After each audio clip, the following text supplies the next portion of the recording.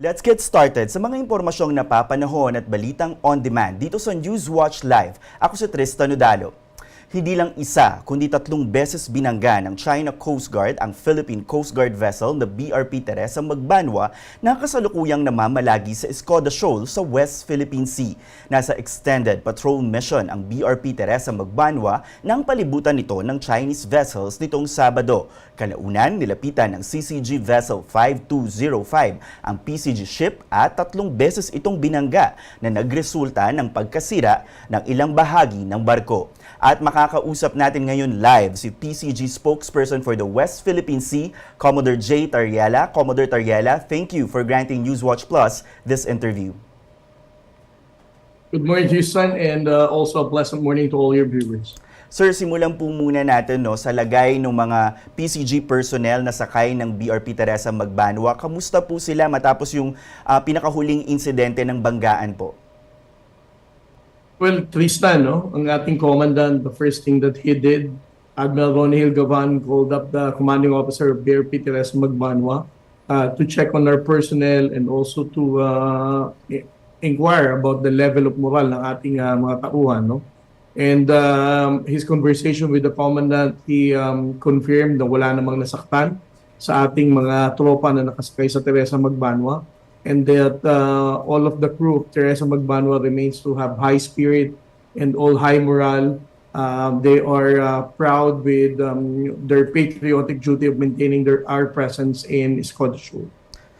Commodore, could you help us understand the extent of the damage ng Teresa Magbanua? Because based on the images or the videos that we saw, ay parang meron pong mga nasirang ilang parts ng barko. To the fact na meron, in fact, meron pa nga pong parang minamartilyo ba yun, sir? Or inaayos yung metal ng barko dahil nabutas. Could you help us understand gaano po kalaki o kalawak ang naging sira ng BRP Teresa Magbanua?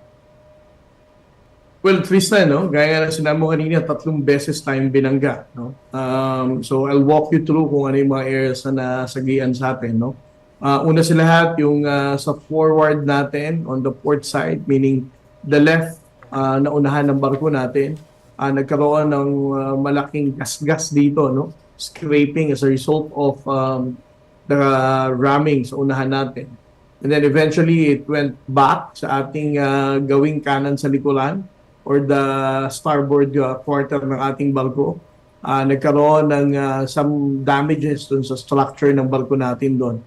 And then the third na collision niya is dun sa port side natin, sa port beam, kalagitnaan ng barko.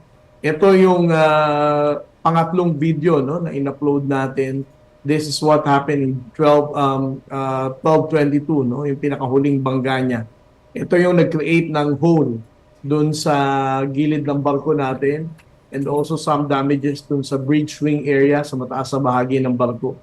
Ang pinaka-significant na damage na tinamo ng barko natin is yung hole that you're actually showing sa screen.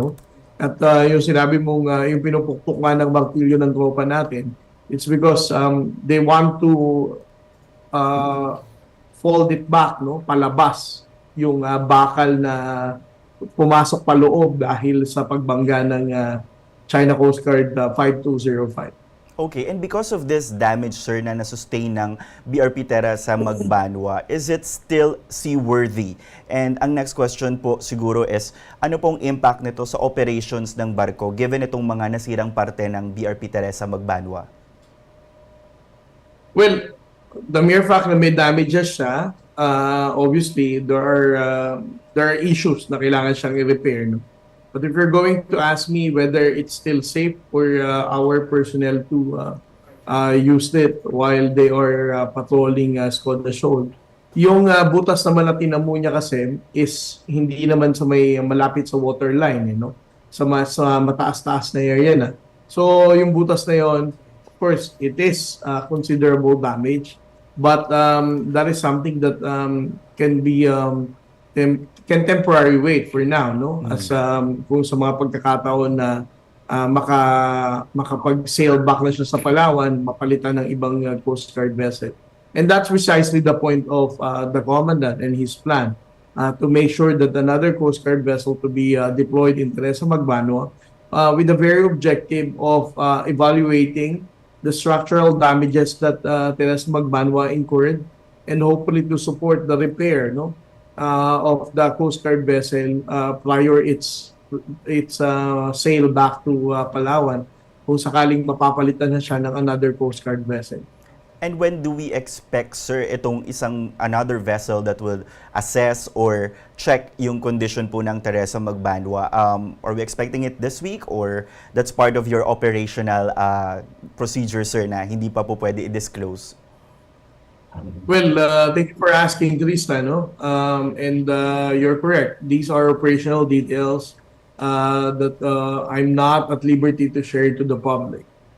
Okay. But for now, wala pa pong, depende po sa magiging assessment ng paparating na barko or ng isa pang barko whether or not ipupull out yung Teresa Magbanua sa Escoda Shoal. Am I correct, sir?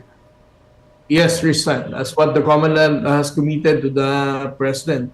Kahit anong mangyari, despite of the bullying and escalatory action of the Chinese Coast Guard, BRP Teresa Magbanua will not pull out. We will not withdraw in Escoda Shoal unless otherwise there will be another replacement vessel on the part of the Philippine Coast Guard to ensure our presence and to show our flag in Escoda Shoal. Okay. Kung wala pa tayong barko na dadating dyan para pumalit sa Magbanua, then the Teresa Magbanua will continuously maintain its presence there, and she's not going to sail back to Palawan. Sir, help us understand what prompted the government to station or to deploy BRP Teresa Magbanua dito sa Escoda Shoal, because medyo nung April, if I remember it right, doon po siya dineploy dito sa Escoda Shoal, and until now nandun po siya for an extended patrol. Could you help us understand ano po ang priority or at least naging direction ng government on why it deployed Teresa Magbanua in that area?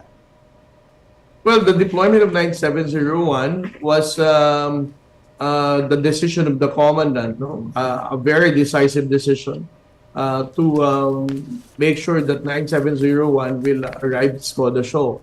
It's because it is there was findings, no, on the survey that we conducted, that there is a possibility of small-scale reclamation that is being conducted by the Chinese government.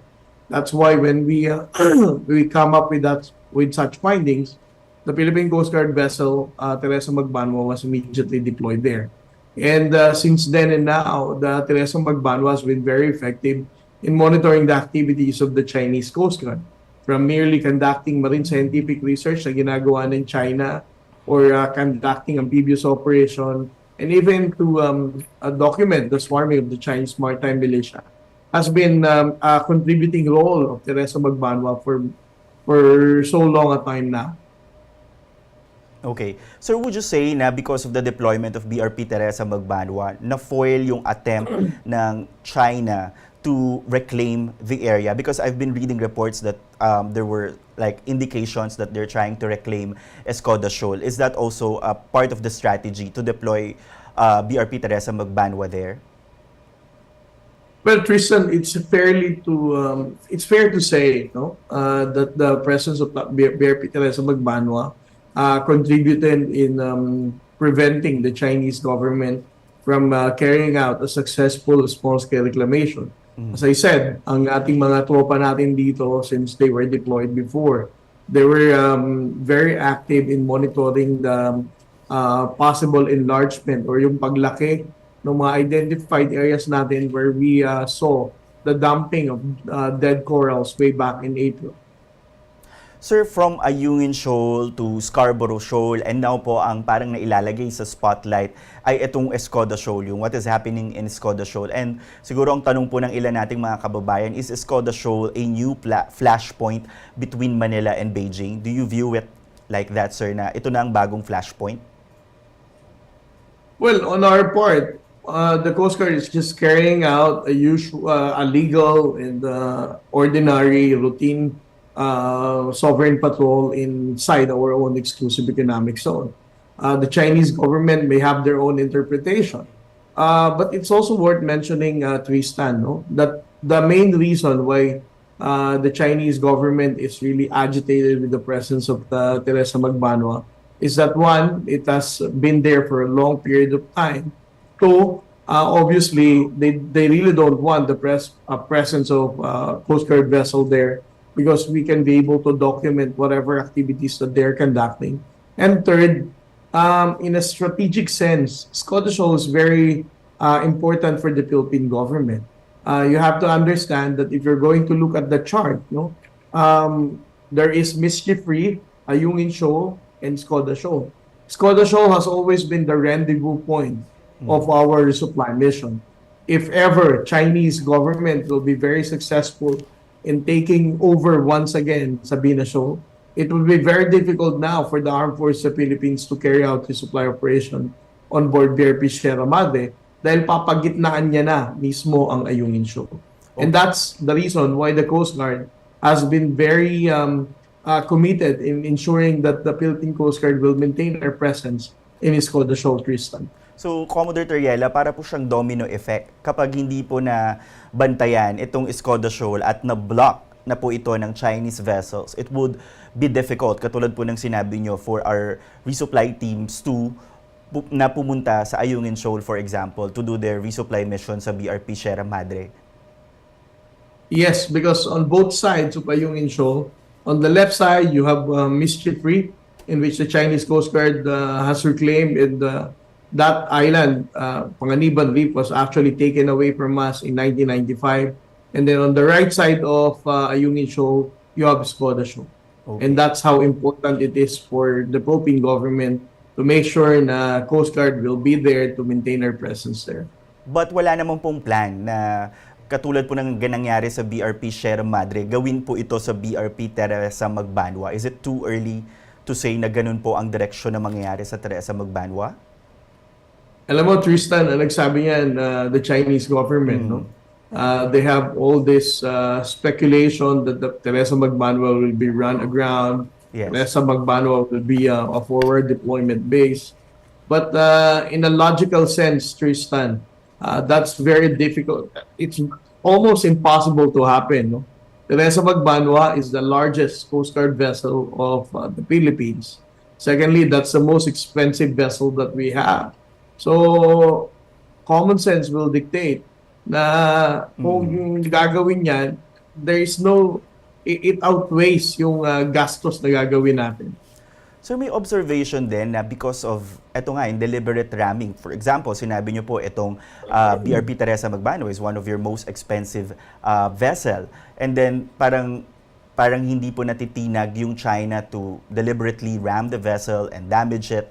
So ang ano po dito is baka nababawasan na yung assets natin in deploying dito po sa mga area na to. So how do we manage our resources given na may paulit-ulit nga pong nangyayaring insidente na ganito, sir? Well, you know, Teresa, it's an open book that the Philippine Coast Guard vessels inventory is very limited. As you're aware, meron lang tayong 10 44-meter vessels, meron lang tayong 2 97. And it's not just the West Philippine Sea that we have mandates as a Coast Guard organization. We still have to do our deployment in the Eastern Seaboard, in Sulu Sea, even up north, and also in Bajo de Masinloc. So, obviously, our operations is being affected every time the vessels are being damaged. However, the commandant has also, again, affirmed that the priority of deployment of our vessels will always be in the West Philippine Sea. Sir, last few questions na lang po. Do you feel that itong pinakahuling insidente po na deliberately, sabi po, ay pagbangga sa BRP Teresa Magbanua should be considered as an armed attack under the Mutual Defense Treaty? Because if deliberate nga yung pagbangga and nandun po nakalagay yung sa Coast Guard provision doon po sa MDT. Dahil pinag-uusapan na rin po, no? But in your assessment, should it be considered as an armed attack?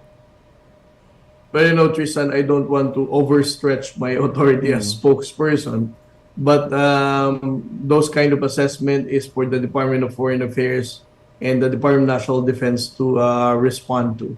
But with regard to the Coast Guard, for us, it's a deliberate and intentional ramming that violated collision regulation and obviously showed the bullying and barbaric activities of the Chinese government and not respecting the UNCLOS and the 2016 Arbitral Award. How about support from the Philippine Navy, sir, and from allied or like-minded countries na from Coast Guard to Coast Guard? Is this something that you are considering given nga po dito sa tumitinding situation dito sa Escoda Shoal? Well, I would like to reiterate the response of General Browner, the AFP Chief of Staff. We have to make sure that we have already came up with all different plans and strategies before we ask support from any external actor. So as far as the Coast Guard is concerned, the Commodore also intends to do the same. We have to make sure that we have used all our resources before we ask assistance from anyone. Okay. But of course, with regard to the Philippine Navy, as our sister organization, it is we have a very smooth relationship with each other. Of course, we complement each other, and the Philippine Navy and the entire Armed Forces of the Philippines has also been very supportive on the operations of the Coast Guard. But I cannot detail to you different contingencies and operations that are planned out between the two organizations. All right. Maraming salamat po, Commodore Jay Tarriela, PCG spokesperson for the West Philippine Sea, for granting NewsWatch Plus this interview. Thank you. And we will try to reach out to the Chinese Embassy in Manila for their comment on this latest incident in the West Philippine Sea. Stay tuned and be in the loop para sa mga latest na balita dito sa NewsWatch Live. Ako si Tristan Nodalo.